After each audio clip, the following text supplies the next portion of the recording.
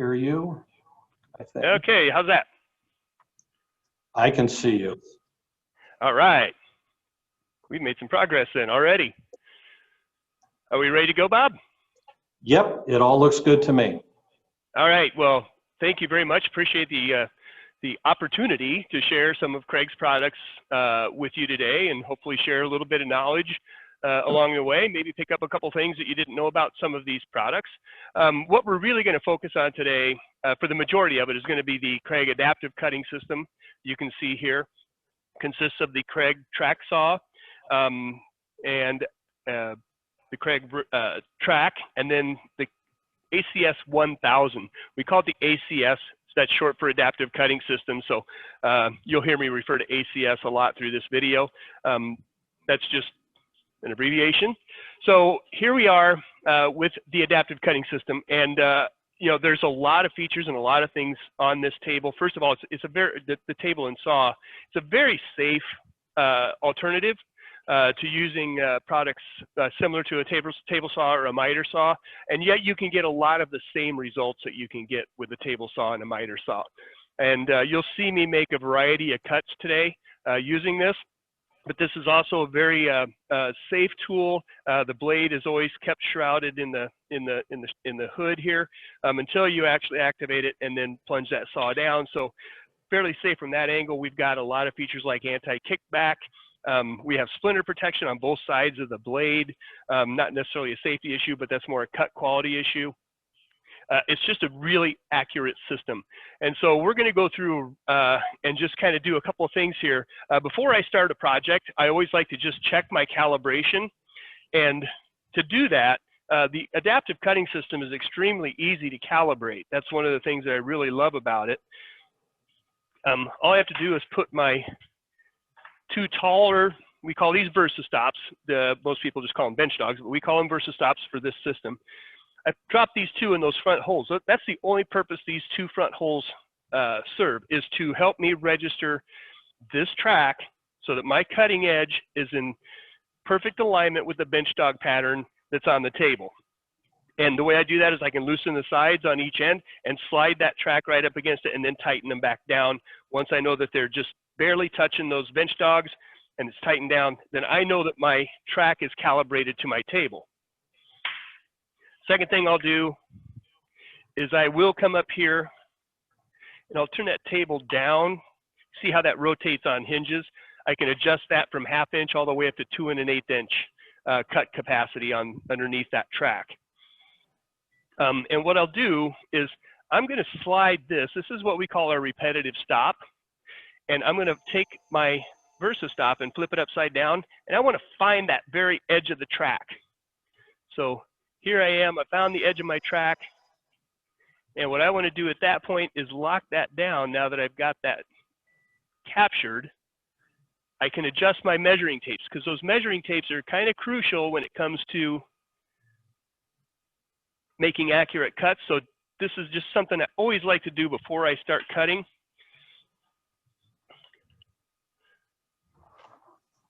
And so I'm going to go ahead and get this calibrated up so that I know that everything is ready to go. I did have it pre-calibrated, but I'm just double checking and making sure that everything's spot on so that we get good results. So that's how easy it is to calibrate the adaptive cutting system. Now what we're going to be doing is what we call a single board project today. So we're going to build that whiteboard that you saw at the very beginning, the picture that Bob showed you, out of a single board. And this is a 1x6. This piece is slightly longer than 48, but you can accomplish this project with just a 1x6x48. And since it is a little bit long, I'm going to go ahead and cut this at 48 inches. See right here, this is our 48-inch extension bar, which gives me the ability to measure all the way out to 48 inches, really at any increment. From the front edge of this track to my stop right here now is set at 48 inches. So I have 48 inches of cutting capacity across the front, and I have 48 inches of cutting capacity deep. So I can cut a 4x8 sheet of plywood in half if I want to. So I'm just going to create a 90-degree angle here using my Versa stops. Now I've got two different sizes here of VersaStops. You can see that I've got a tall, and I've also got a short VersaStop. Tall VersaStops are designed to be used back behind the track.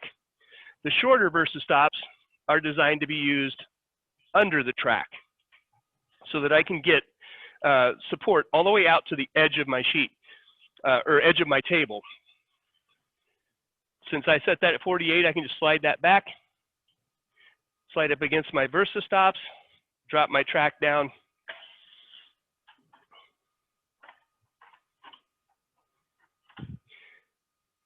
And now I can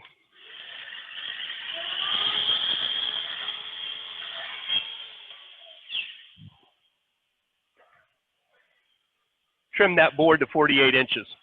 So I've got a 48-inch board now, but one thing that I don't know about this board is I don't know whether this board is square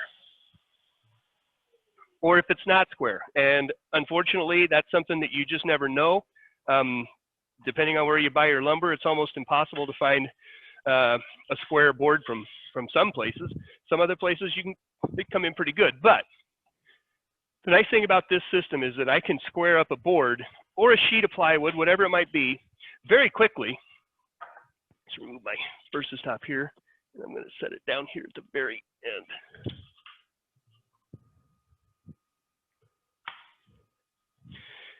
With 4 quick cuts, I can square up this board. So I'm going to square up this board before we even get started. And all I want to do is just leave a little bit of the edge exposed here and trim up that edge and give myself a straight line.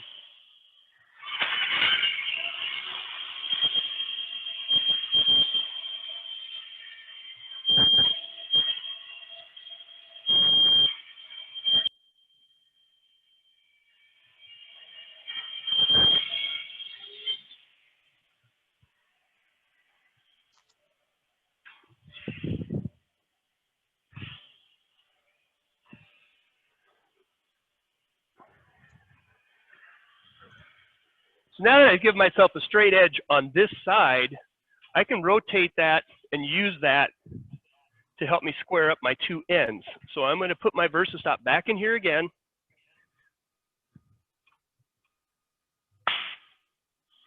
And again, I'm just going to come out, just barely trim off that end.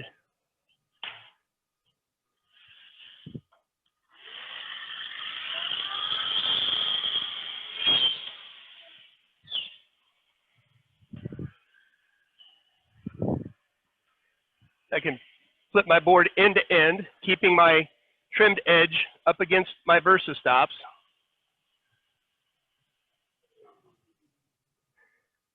And then just trim off this other side.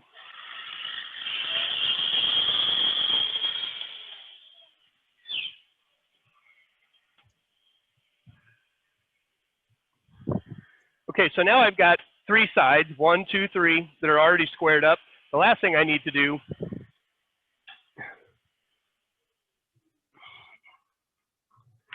is square up that last side. So I'm going to keep my squared edge, or my straight edge, at the back of my piece. And then I'm going to come up here and I'm going to set this, because really what I need is about 4 1/4 inches of total board length, board width to complete this project. But I'm going to give myself a little extra. I'm going to go ahead and set this at 5.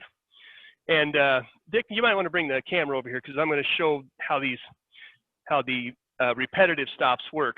So you can see my measuring tapes that I have here. I have one that starts at 0 and goes to 10, and I have another one that starts at 8 and goes to 25. Question is, why do we do that? Well, the reason is because these are dual function. And what I mean by the dual function with the repetitive stops, if I've got my track rotated down, especially if I don't have a board underneath it, or if I'm doing really thin material, what I want to be able to do is get up underneath that track and get to that piece for some of my shorter cuts, like 2 inches or even less if necessary. But in this case, I want to set that at 5. The reason why we have the 2 tracks is because this cursor points to the track that I'm taking my measurement from. But if I need to go back here, see, I can't lock that down and capture that depth. So we made it reversible, and this is exactly 10 inches long. And that's why we did that, so that Now you can go from 10 inches on out to 25, and you can capture that depth, and you still really achieve the same thing.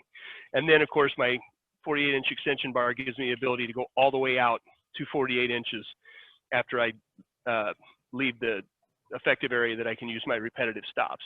But either way, all of our cuts can be repetitive. So I'm going to set my repetitive stops here at 5 inches. And again, you'll want to be pretty meticulous when you set this up to make sure that your board stays square. And you get these set because a small adjustment between these two will result in some twist. So you want to make sure that you have it calibrated and that you have them set exactly the same depth. And then you can start making your cuts. So I'm going to just take and trim this board down to 5 inches wide. And what I'll have when I'm done is a perfectly square 5-inch wide 1 by 5 by 48.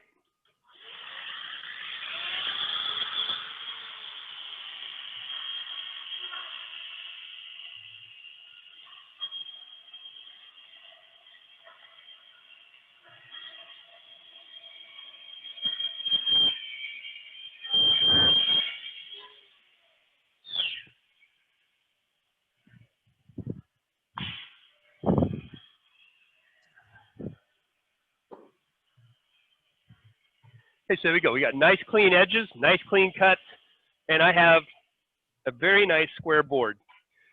So this plan, which you will have access to, and I'll tell you how to get this plan at the end of the presentation, requires 3 different lengths to be cut from this 1 by 5 by 48. My first length is 15 inches, so I'm going to just set my repetitive stop at 15 inches. And if you'll notice what we just did there with all that ripping is we actually need this cut to be at 15 and a half, pardon me. We were doing a lot of table saw type functions. So now we're going to kind of show some of the miter saw type functions.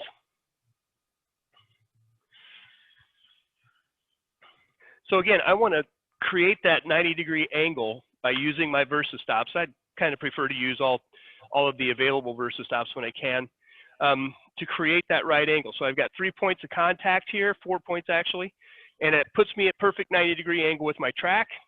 I can rotate down my track. I have my repetitive stop set at 15 and a half inches.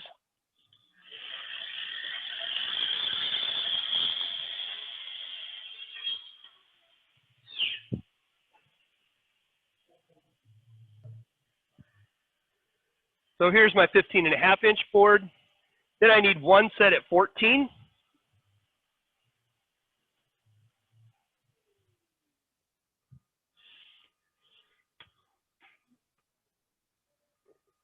So I come in here, same process.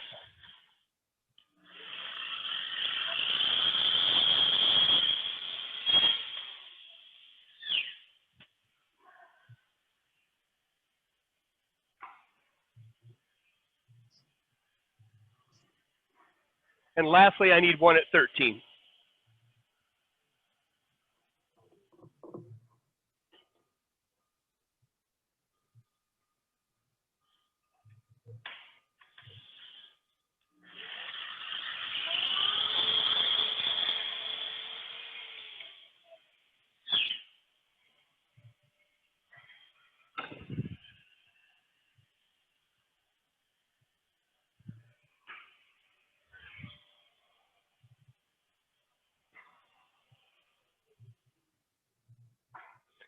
Okay, so next my plan is going to ask me to create some 2-inch wide boards because that's really what the width of the frame is for the most part. We've got a couple other dimensions that we'll use too, but I need to make two 2-inch boards out of my 15-inch board. And the way I'm going to accomplish that is kind of the same thing, but as you can see, we've got some pretty narrow pieces here and we're trying to achieve a short rip across this. And I'll use my 13 inch as an example. It won't hit both of my stops. So included is a bridge that goes in between those two repetitive stops to create a fence, for lack of a better word, that'll allow you to go up and provide that shorter rip capabilities with the adaptive cutting system. And so I'm doing a 2-inch board here. And so I'm going to set that at 2 on both tracks.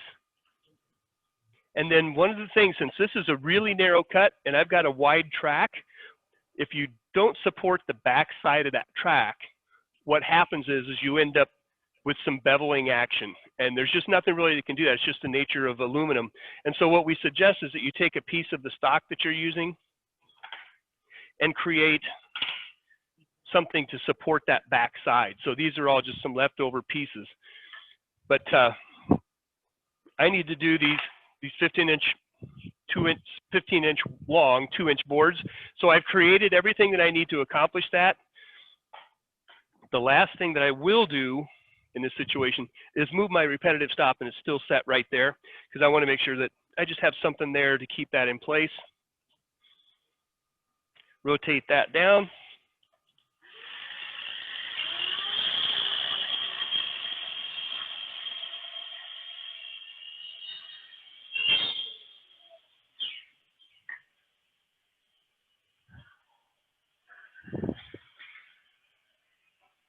There's one.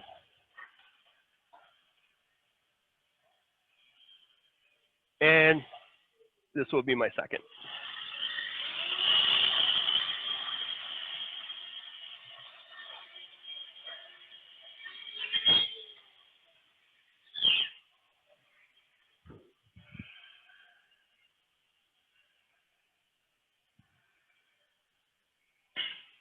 So here I've got 2 perfectly square and very flush, very flush. And I can even rotate end to end here. And it is identical. So I know that I've got good, clean, square cut boards, and they're all 2 inches by 15 inches exactly. That's the nice thing about the repetitiveness of this system. Very difficult to do on a chop saw unless you've got some type of a station that gives you some firm stops to set your measurements at. So we've got that board done. I need one 14-inch board that's 2 inches wide. So I'm just going to keep that set at 2 inches, slide my 14-inch board in here.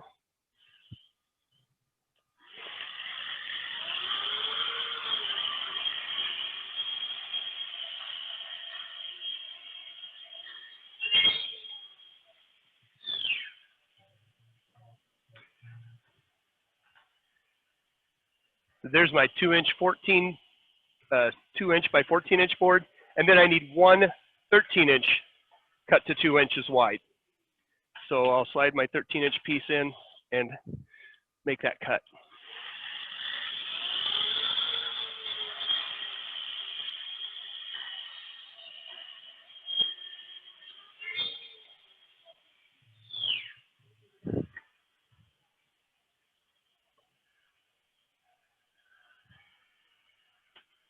So I've got all my 2-inch pieces cut.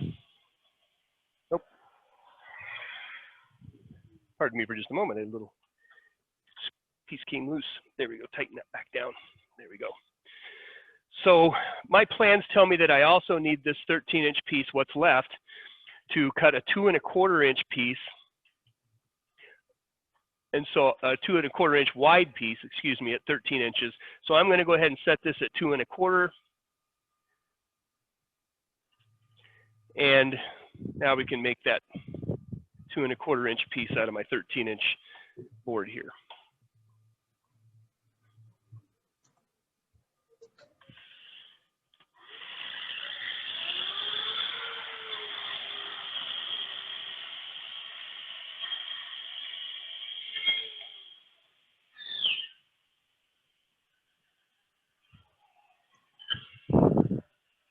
So I got my 2 1/4 inch by 13-inch board.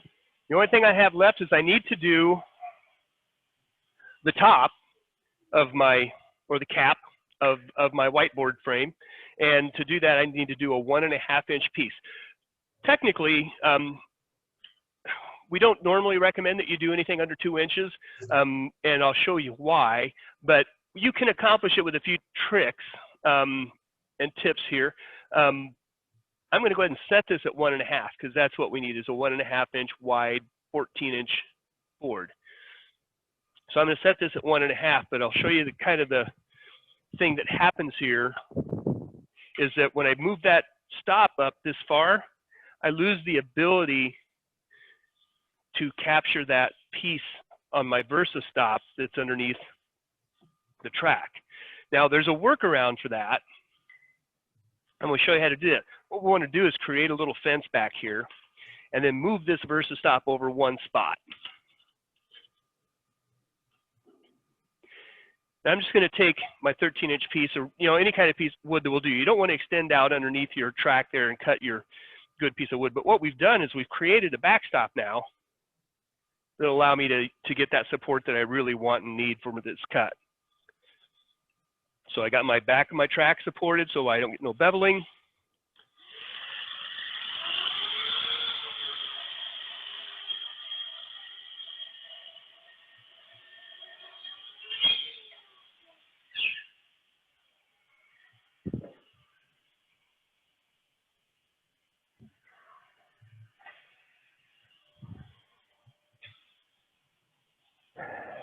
And there you go. I've got all my pieces cut to the proper width and the proper length now.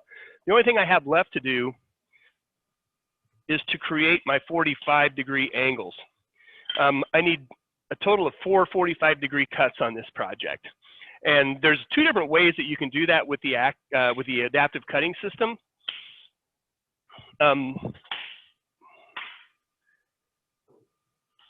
First off, I'm going to take I'll put these out of the way.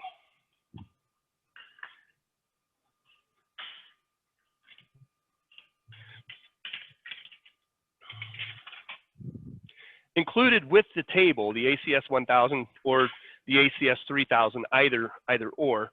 And you can get details about the different configurations that you can get this table in from your Woodcraft store. It comes with all of the Versa stops, the repetitive stops, but it also comes with a miter gauge. And the miter gauge simply slides into one of the slots in the track. And it's low profile, so it can actually go up under the track, so you can get nice and close to the edge. But it's 0 degrees to 60 degrees. And it's very accurate, because you can calibrate this at 45, since you know exactly where your 45 is, and I'll show you why we know that's 45 in a moment. But you can calibrate this very easily, and when you have it calibrated, anything from 0 to 60 is going to be very accurate. You just put it in position, dial up if you're doing a 22.5 degree cut, set it at 22.5, and you can get up underneath that table here, and you can make that cut. Now, when it comes to 45s, I really prefer, and I think it's really preferred method on this table, is to use the Versa stops to create my 45-degree angles. So I'm going to grab my little Versa stop here. And again, I'm going to set this right over here in the track. And you can do this anywhere along the length of the track, okay? But when I set that angle right there, and it becomes very intuitive after a while, is an exact 45-degree angle. This is all very precision as far as how it's produced. It's all CNC cut, so it's a very accurate way to accomplish that 45-degree angle. So now I've created that 45-degree angle with the front side of my track. And what's really nice about this is I can cut all of my boards to length. And when I go to put that 45 on there, I know exactly where that saw blade is going to travel, right along the edge here. So I can just line up that point right on the edge. Make sure that I'm secure. And I'm going to go ahead and support the back side of my track again, just because I like to have that support. And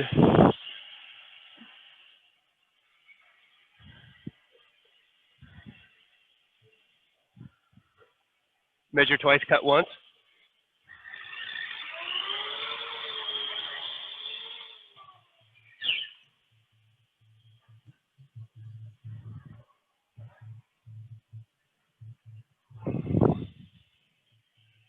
Here's my 45. And just to give you an idea how accurate we are with this 45, That is dead on 45-degree angle. So it's a beautiful cut. And the nice thing is I've kept my entire 15-inch length on the long edge of my board.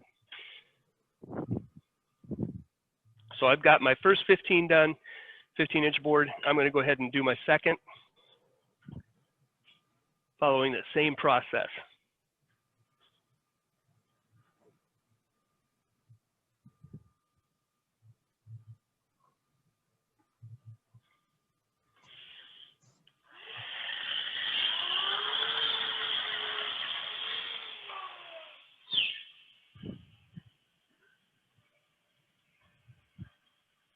I'm not sure if you can get in for a good zoom on that, but you can see my edges are right where they want to be. This is a perfect 45. And so now I've created my two 45s on my styles. Now I need my top of my piece, I need to do 45s on that as well. You can see when I get out here, I'm trying to do a 13-inch piece that's kind of sliding down a little bit. So I've kind of lost my ability to use that Versa stop there.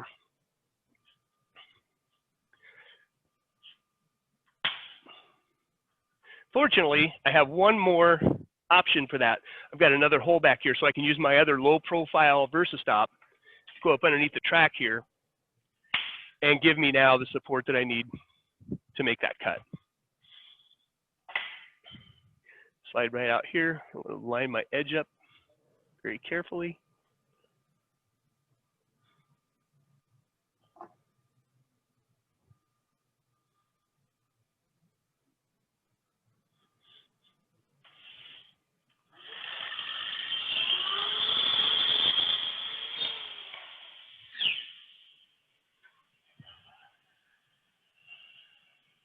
Now I can just flip that end for end.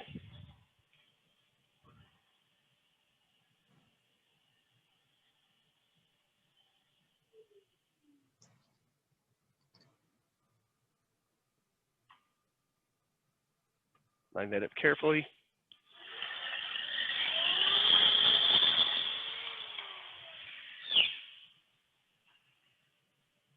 And just in case you're curious, yep, it's perfect.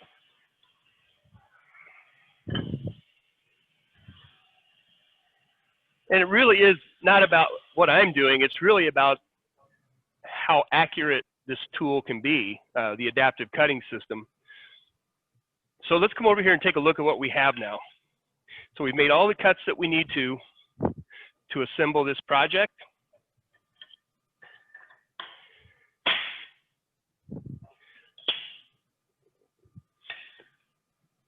My 45s here. I've got my cap.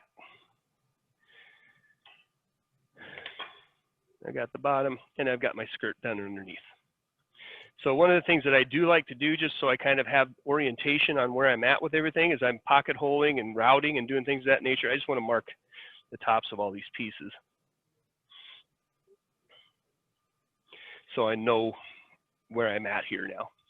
So we got to do a couple of things here. One of the things, we're going to have to put a cove into our pen holder.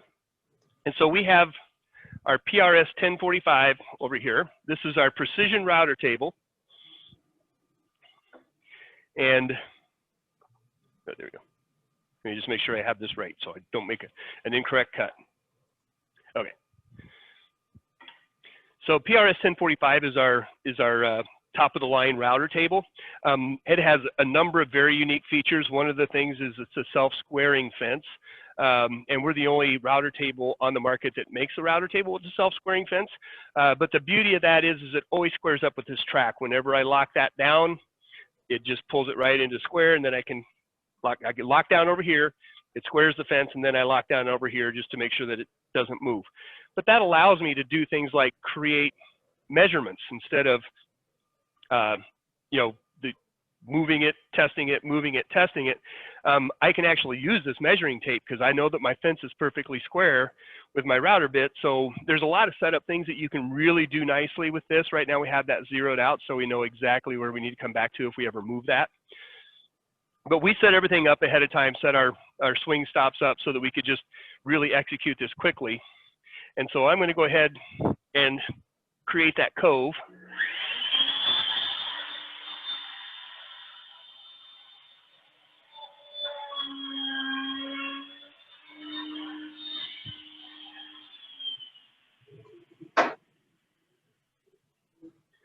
So here we go. We have a nice piece here. Our cove sits right in here just like it's supposed to.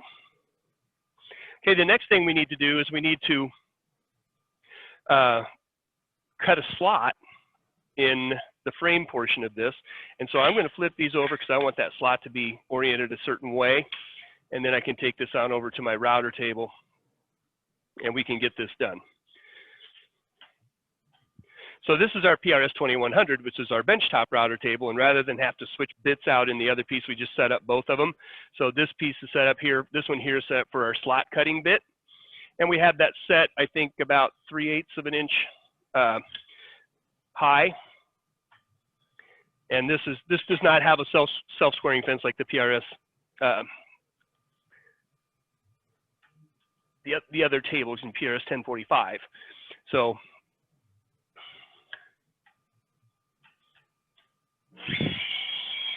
there we go. We're just going to go ahead and cut these slots.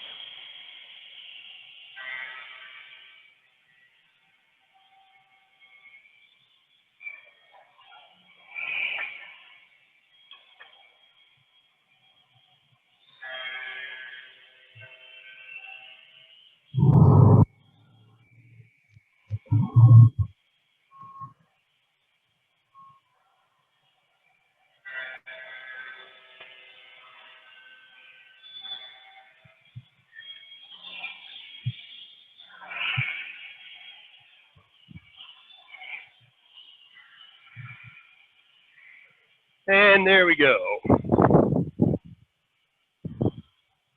Let's flip these all back over the right way. And all of our slots line up nicely. So that really is all we have to do as far as routing is concerned. Now we can move on to the assembly part of this, and we're gonna take the opportunity to kind of show you the difference between the different Kreg jigs that are available on the market as they exist today. We've got the K4 jig, and it's by far the jig that we've sold more of than any other jig that we have out there on the market. There's just been a ton of K4 sold. Then we have the K5, which is right now our premium pocket hole jig in the L-shaped line. You can see that they're kind of shaped like an L.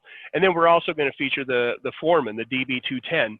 But we're going to do a little bit of each one of these so you can kind of get a flavor of how these work. So I just want to make sure that I'm marking on my piece where I want those pocket holes to go. And a couple of things I have to be careful for here is I don't want to cut my pocket holes so that they interfere with my slot. So I just want to make sure that I get good alignment on that. So with the K4 jig, you can see that it's kind of a more manual setup here. I've got to dial in my, my clamp pressure using the screw and nut system there. And it can be a little bit tedious going from one thickness of material to another. But one of the things that you want to be very careful with when you're building this project is to not let your pocket hole get into your slot. So I'm going to clamp that down. We've already kind of preset all that. And then I'm just going to double check this and make sure that I'm going to move that over a little bit because I got a little bit more room to work with. That should be good.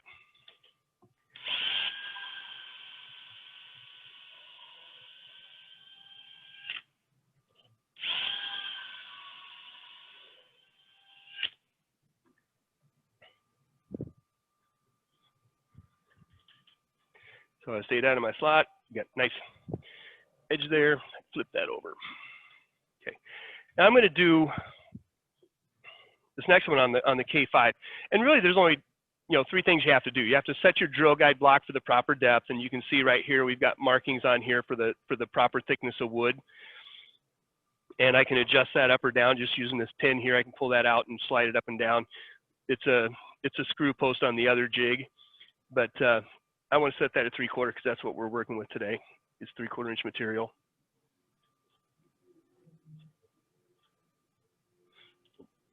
being a little bit testy with me today. Okay, so we got that set at 3/4, and I marked my board so I know where I want that to be. And again, I'm going to just be really careful to not get into my slots here, and yet give myself a little bit of room on that other edge as well. So with the K5, there's a couple of advantages. First off, you've got your handle in the front of the jig versus in the back of the jig. That really comes in to play when you're working with wider sheets like plywood, and you've got to try to reach over or around on the K4. On the K5, you don't have to do that. To set the clamping pressure is the other really nice feature of the K5.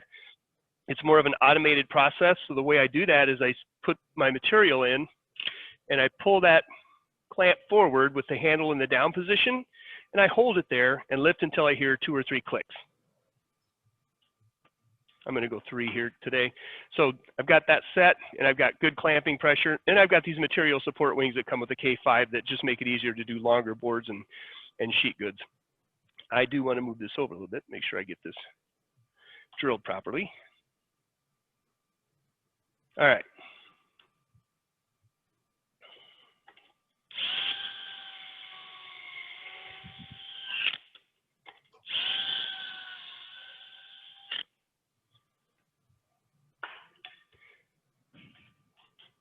Okay. So we got that one done.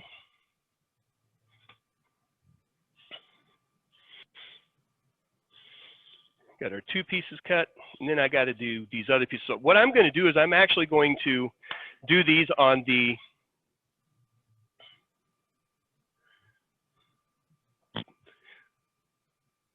Foreman.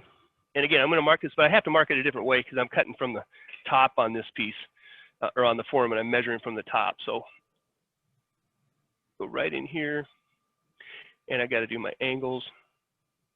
Again, I want to watch for my slots, so I make sure I give myself some room for the slots.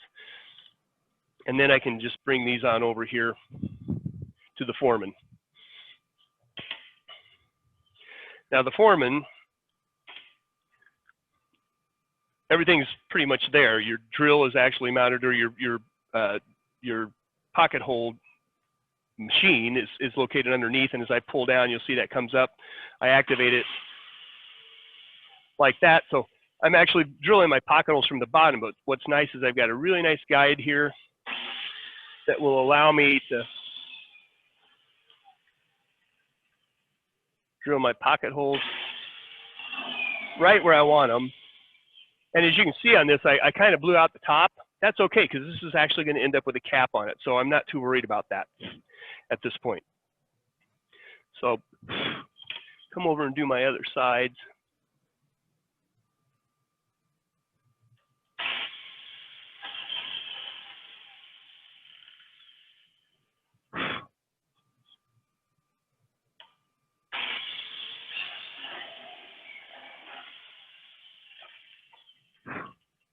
And then get some holes I need to drill my top here.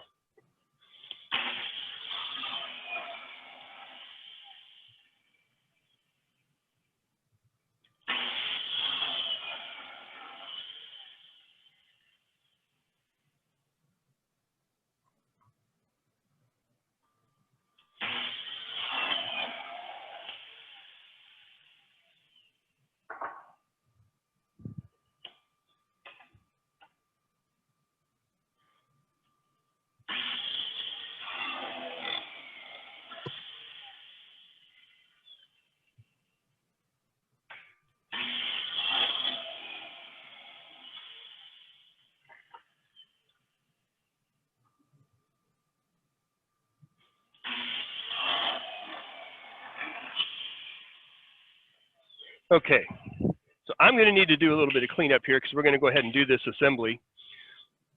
And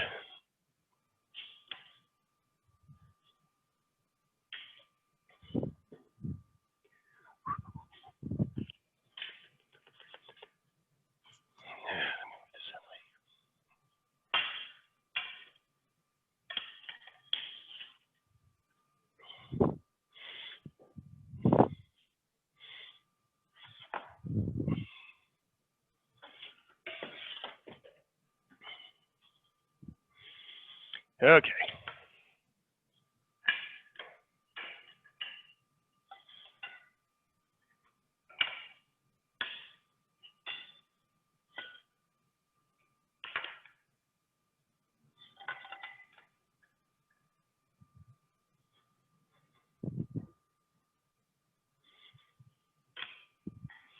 All right, so I'm going to start by assembling my 45-degree miters here. And I could do that a couple of different ways.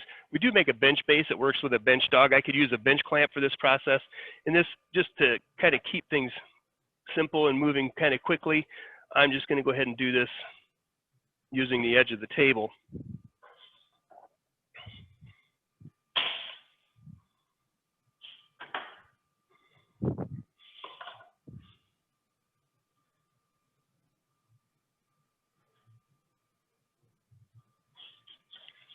Kind of have your pocket holes on the right side. That helps. Here we go.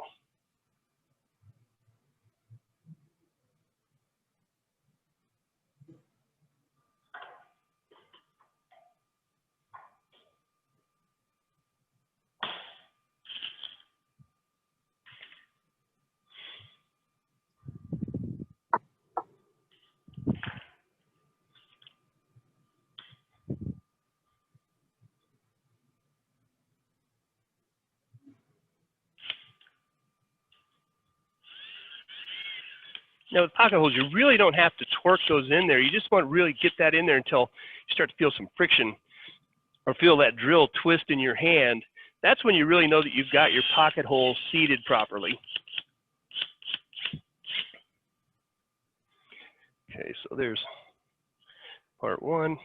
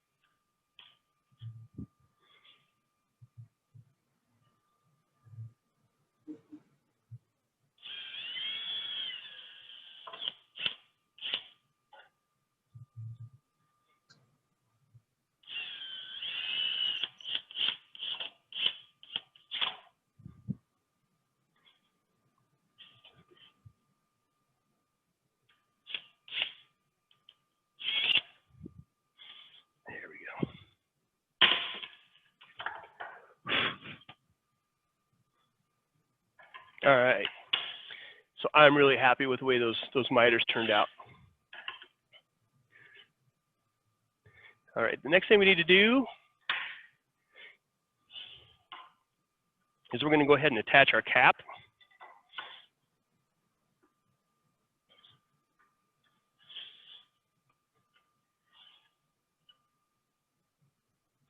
And I just want to eyeball. You can measure over about a ½ inch on each side, but I'm just going to eyeball it today since we're kind of trying to move through this a little bit.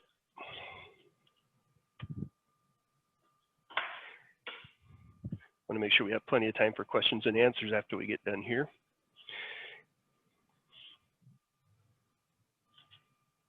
Make sure you get some pretty good alignment there. Use your right angle clamp to hold that secure while you drive in your screws on the outside edges.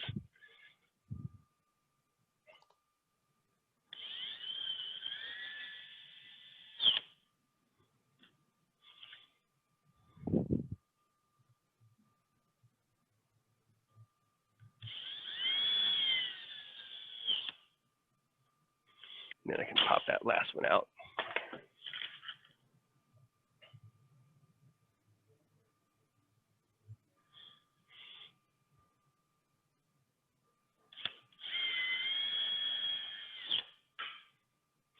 Okay, now comes for the whiteboard part.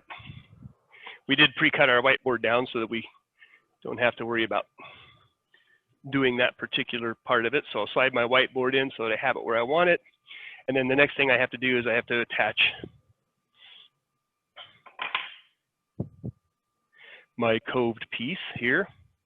And so I'm going to do that real quick here. I'm just going to use the same process that I used for the top, and that is to use my 90-degree, or my right angle clamp, excuse me.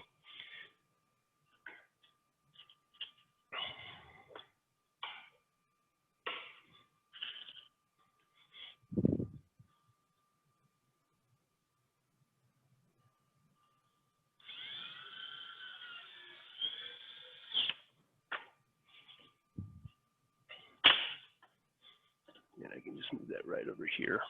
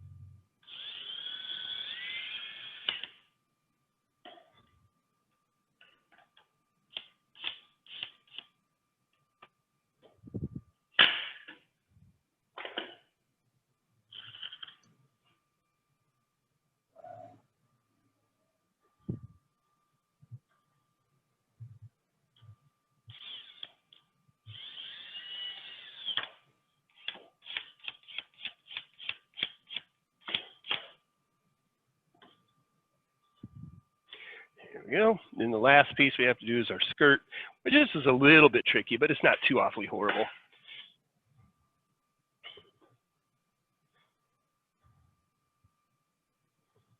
Oops, there we go.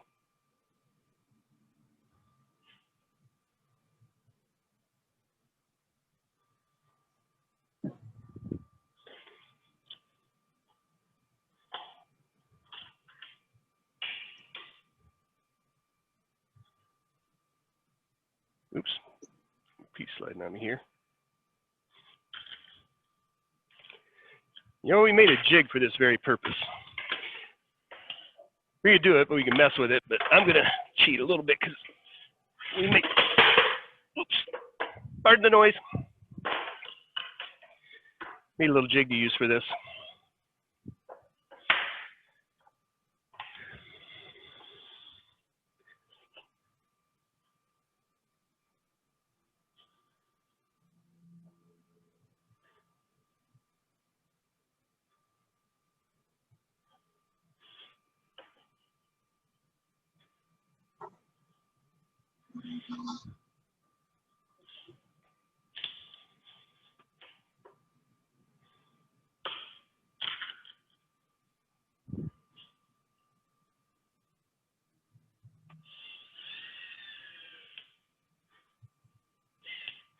One thing I do want to do is make sure I have that skirt lined up properly. There we go. I like that.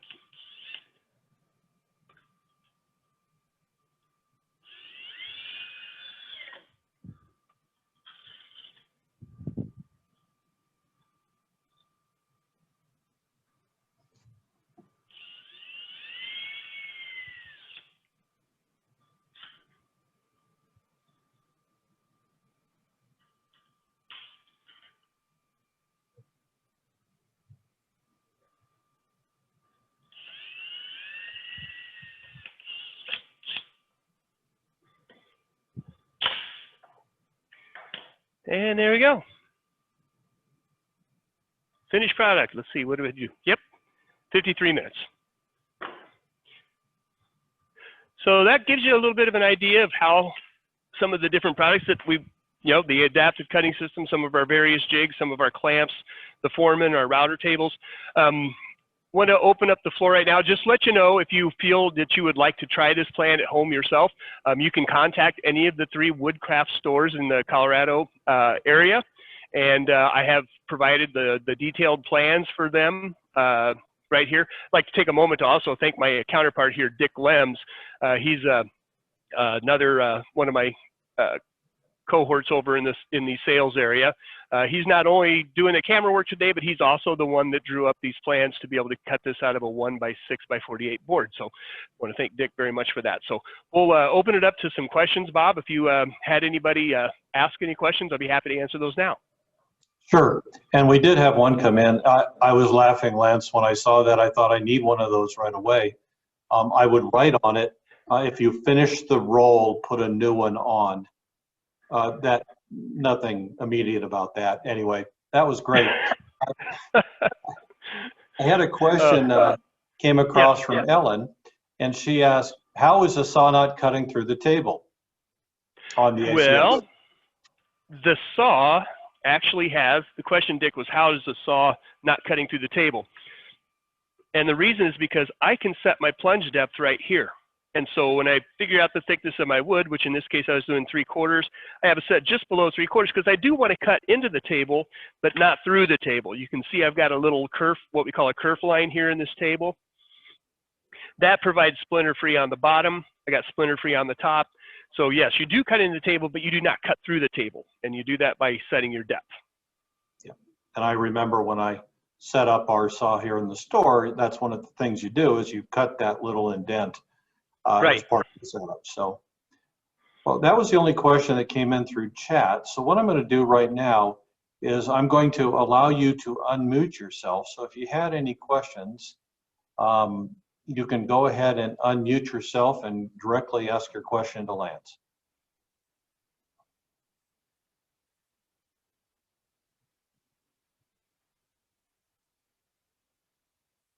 Well, I think you did a great job. We'll just hang on for a minute. Lance, that was impressive.